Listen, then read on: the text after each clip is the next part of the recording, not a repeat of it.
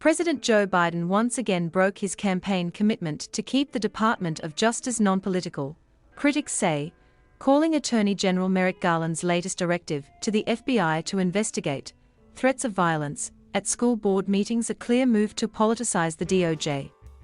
On Monday, Garland directed the FBI and U.S. attorneys' offices to hold meetings with federal, state and local law enforcement leaders in the next 30 days, during which they will discuss ways to combat what the DOJ called a disturbing trend of harassment and threats against school officials. Garland's announcement came just days after the National School Board Association wrote a letter to Biden asking his administration to treat parent protests at school board meetings as possible acts of domestic terrorism. The association also wrote that some of the threats to school boards involved reports that critical race theory was being proliferated in classrooms, which it called propaganda. The group wrote, coupled with attacks against school board members and educators for approving policies for masks to protect the health and safety of students and school employees, many public school officials are also facing physical threats because of propaganda purporting the false inclusion of critical race theory within classroom instruction and curricula.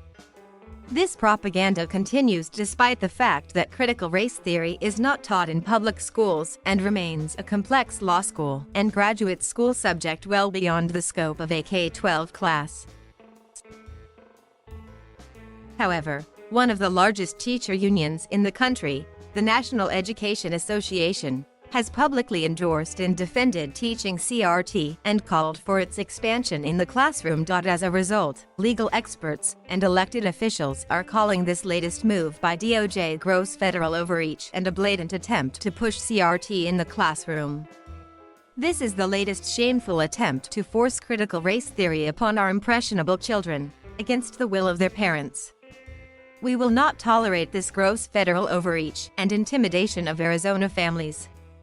President Biden's use of the Justice Department to investigate is grossly inappropriate and nothing more than a political stunt at taxpayer expense, said Rutledge.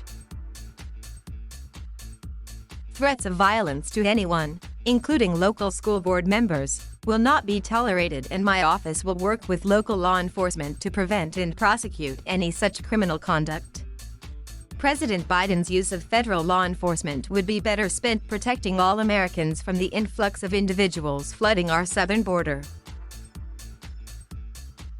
Biden has come under fire recently for a series of actions taken by his DOJ that are considered abuses of power by experts, after he promised on the campaign trail that he would keep politics out of the department and it would be totally independent of him. Within the last few months, Biden, supported by other Democrats and liberal groups, has greenlighted DOJ to file lawsuits against Georgia over its state election statute and Texas over its controversial anti-abortion law. DOJ is also facing a wave of backlash as parents criticize its most recent announcement, some asking the department for an apology.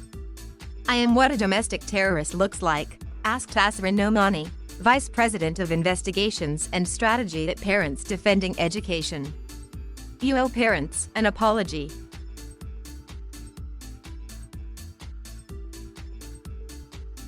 Thank you for watching. Please subscribe.